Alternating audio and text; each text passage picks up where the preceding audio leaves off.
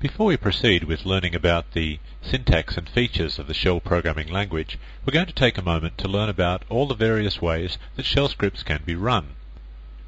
I want you to have this information now so that for the remainder of the course, whenever you prepare a shell script, you'll know all the options available to you when it comes to running that script, and there's quite a few more than you may imagine. Let's have a look first at some of the simple ones via the shell command line.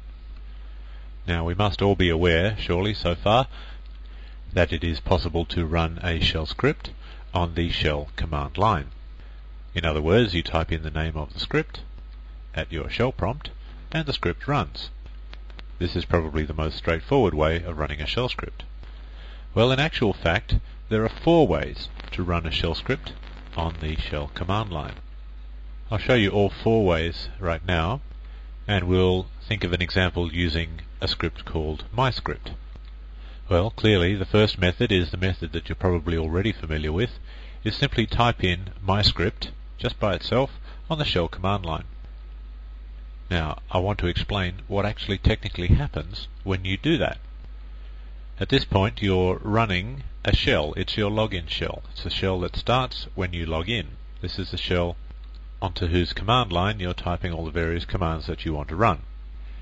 Now, when you type a name of a script just like that by itself, assuming that the script file has been made executable, what actually happens is that a new copy of the shell, the born shell program, is loaded into memory. So at that point, while that script is running, you have 2 copies of the born shell running. One is your login shell, which is temporarily on hold while the other one runs, and the other one is doing the actual business of running the commands in the script. Now, this may seem unnecessary, but it is actually consistent with the way Unix treats all types of scripts, not just shell scripts. The main point is that there are 2 shells running at that given point.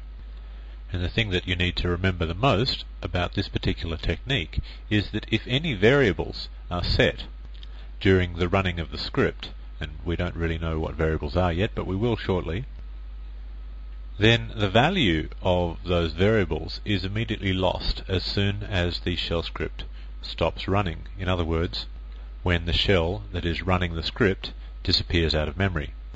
As soon as the script is completed, the second shell, the one that's running the script, is unloaded from memory, and any values of variables that contained in that script are automatically lost.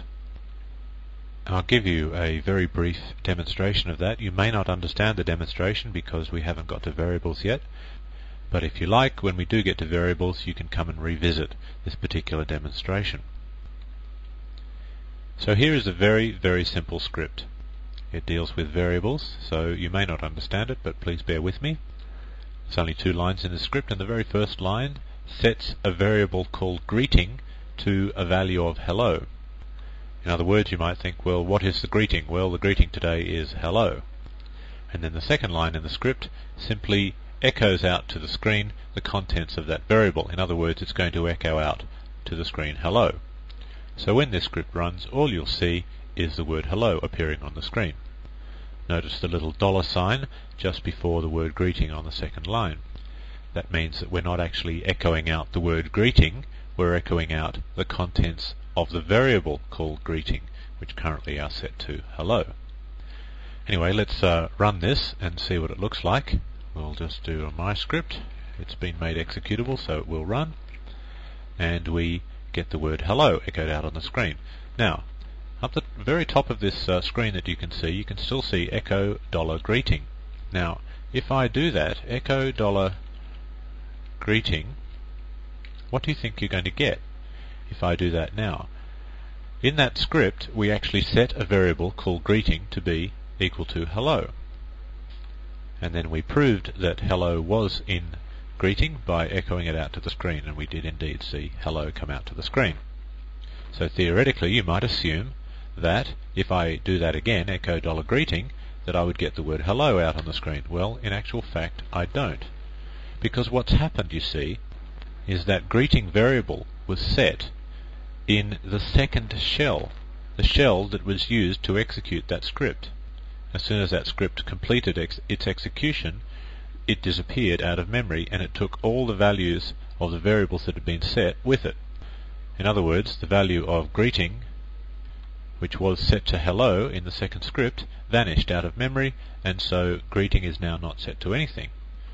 So the important thing to remember about all of this is that if you do set any variables during the execution of your shell script, if you execute the script just by typing the script's name on the command line and get a second shell to execute it, those variables will not be set in the original shell. And we'll look at why that is important a little later on. The second technique for running a script is very, very similar to the first one. On the shell command line, you simply type sh, meaning I want to run a shell please, and I want to cause that shell to execute the script called myscript. So you simply type in sh myscript. So naturally a second shell is loaded into memory and it runs the contents of the file called myscript. Now everything that I described to you about the first method of running a script applies here. In other words, variable values do not persist. The only difference is that the file myscript does not need to be made executable in this particular case. I'll just give you a brief demonstration of that, very, very brief. I simply type sh myscript on the command line, and of course it just runs as it did before. Just to prove that you don't need to have an executable file, I will chmod, I'll take away execute permission off myscript, and then I'll run it again, and it still runs. So that's that second method demonstrated. The third way is slightly different, both technically and syntactically. You simply type dot and then a space and then myscript. Now the reason that this is different is that no second shell is loaded into memory.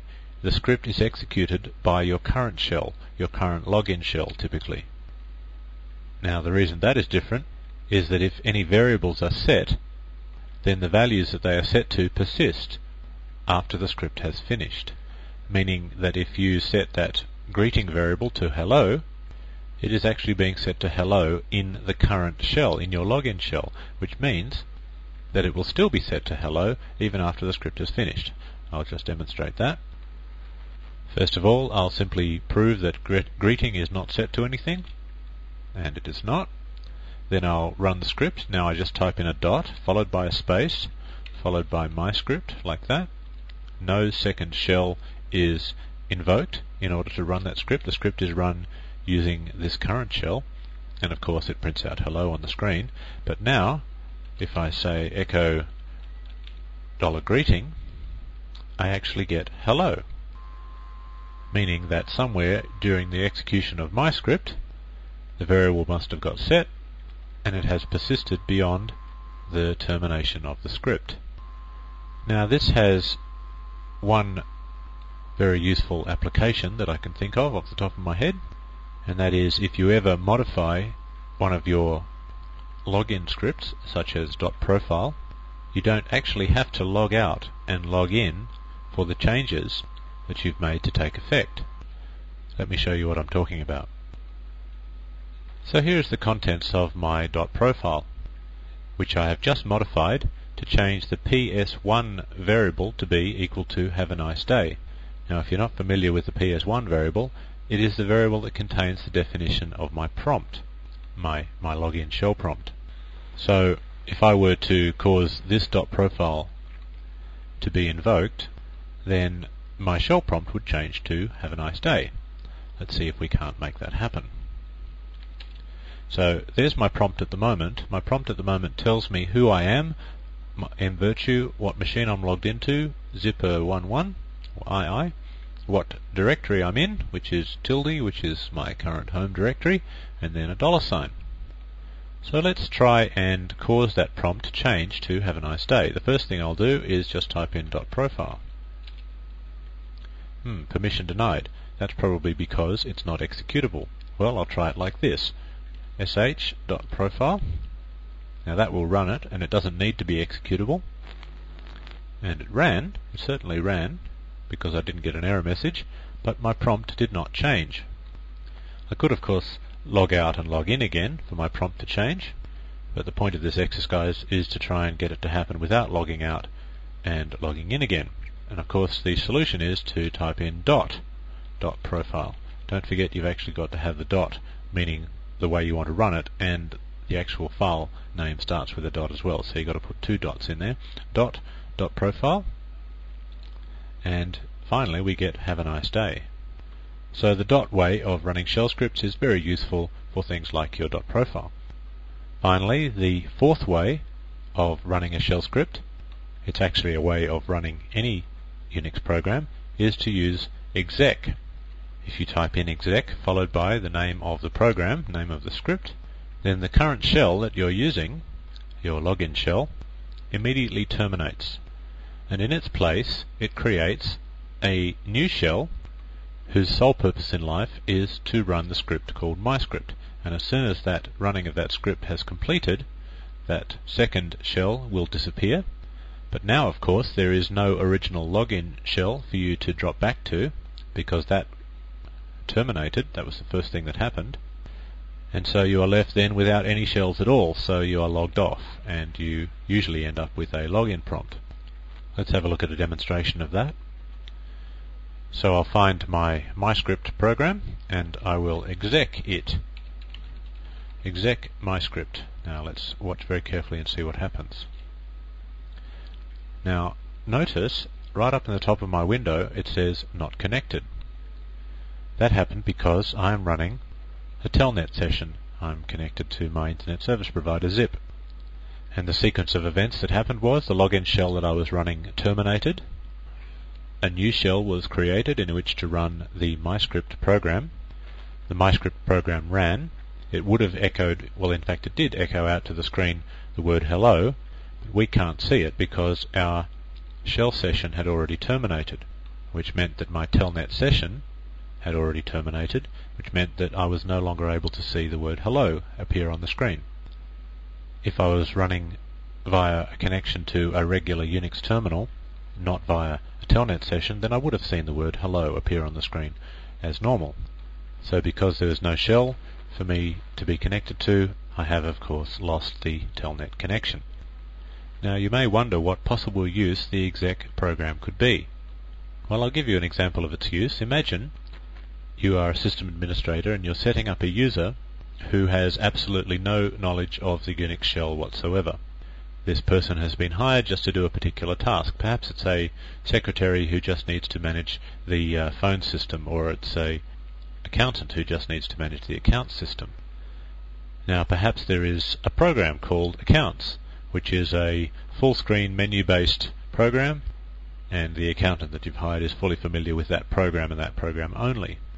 So what you can do, of course, is in that person's dot profile, on the very last line, you can put the word, or the line, I'm sorry, exec accounts. And what will happen, of course, is when that person logs in, the dot profile will run as a script. It will be run by the login shell, and when it gets to the last line in the script, exec accounts, what will happen is the login shell will terminate.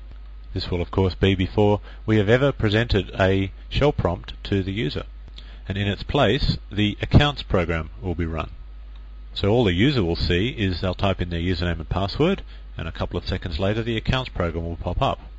Now as soon as they have finished using the accounts package and select the quit option or whatever, the accounts program will terminate and the user will find themselves back at the login prompt. They will not find themselves back at the shell prompt because there is no shell running at that time.